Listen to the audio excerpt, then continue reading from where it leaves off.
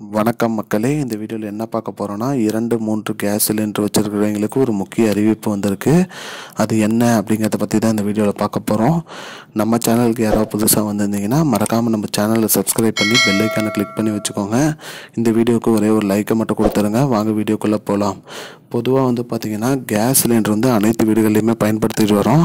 அந்த வகையில் பார்த்திங்கன்னா 2-3 சிலிண்டர் வச்சுருக்கிறீங்க, மேலும் 2-3 நிறுவனங்கள்லேருந்து கேஸ் சிலிண்டர் பெறவங்க இருக்காங்க.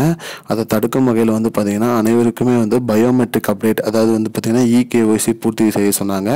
அந்தந்த கேஸ் நிறுவனத்தோட போய் உங்களோட கைவிரல் ரேகையை பதிவு செஞ்சு நீங்கள் பயோமெட்ரிக் அப்டேட் பண்ணணும்னு சொல்லியிருந்தாங்க. இது 80% பணி முடிஞ்சு. இனிமேல் பார்த்திங்கன்னா டெலிவரி மேன் சிலிண்டர் எடுத்துகிட்டு வரும்போதே உங்கள் சிலிண்டர் கொடுக்கும்போதே உங்களோட கைவிரல் ரேகை பதிவு பண்ணி தான் சிலிண்டர் கொடுப்பாரு. அது மட்டும் இல்லாமல் இது இன்னும் இப்போ கேஒய்சி பூர்த்தி பண்ணாமல் இருக்கிறவங்களுக்கு பார்த்திங்கன்னா இந்த மாதம் முதல் சிலிண்டர் வராது அப்படிங்கிற மாதிரி சொல்லியிருக்காங்க. உடனே நீங்கள் உங்களுடைய கேஒய்சி பூர்த்தி செய்யுங்க. எந்த நிறுவனத்தில் நீங்கள் சிலிண்டர் வாங்கியிருக்கீங்களோ அந்த நிறுவனத்தோட புக் எடுத்துகிட்டு உங்களோட ஆதார் கார்டு எடுத்துகிட்டு நீங்கள் அந்த நிறுவனத்துக்கு சென்றீங்கன்னா போதும், உங்களோட கேஒய்சி இங்கே பூர்த்தி செஞ்சுருவாங்க. அதாவது பார்த்திங்கன்னா உங்களோட கைவிரல் ரேகை பயோமெட்ரிக் அப்டேட் இங்கே பண்ணிடுவாங்க. அது பண்ணாங்கன்னா உங்களுக்கு தங்கு தடையின்றி சிலிண்டர் கிடைக்கும் அப்படிங்கிற மாதிரி சொல்லியிருக்காங்க.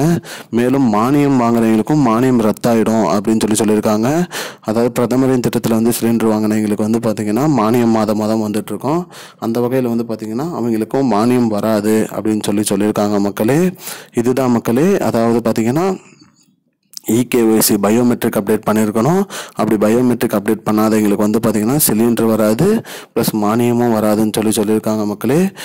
விரைவில் நீங்கள் உங்களோட பயோமெட்ரிக் அப்டேட் பண்ணாதவங்களாம் பண்ணிடுங்க மக்களே. இதுதான் இப்போதைக்கு முக்கியமான பயனுள்ள தகவல். இது போன்ற பயனுள்ள தகவலை தெரிஞ்சுக்கொள்ள நம்முடைய சேனலை மறக்காமல் சப்ஸ்கிரைப் பண்ணுங்கள். நன்றி.